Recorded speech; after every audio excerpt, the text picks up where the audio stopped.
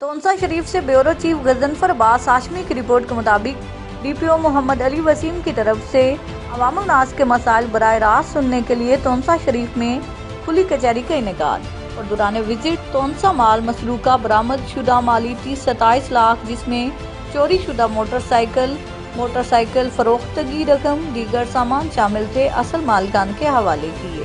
खुली कचहरी में SHO सर्कल तोंसा और दीगर पुलिस मुलाजमान समेत सिविल सोसाइटी अंजुमन ताजरान मीडिया नुमाइंदगान और मस्जिद इलाका मौजूद थे।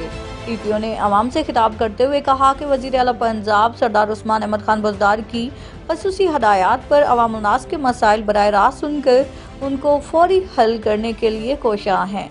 डीपीओ मोहम्मद अली वसीम ने दौरान खुली कचहरी अवामुल नास के मसाइल बराह रास्त सुनते हुए उन्हें फौरी हल करने के अहकामात मौके पर ही सादर किए। उन्होंने कहा कि अगर किसी भी फर्द को कोई मसला दरपेश हो तो उसके लिए मेरे ऑफिस के दरवाजे हर वक्त खुले हैं। इस मौके पर उन्होंने कहा कि मेरा विजन है कि माशरे में अमन और तरक्की की फिजा कायम की जा सकती है, जिसके लिए हम दिन रात कोशां हैं। उन्होंने कहा कि किसी पुलिस एहलकार का साइल के साथ रवैया दुरुस्त न हो तो फौरन मुझे आगाह करें।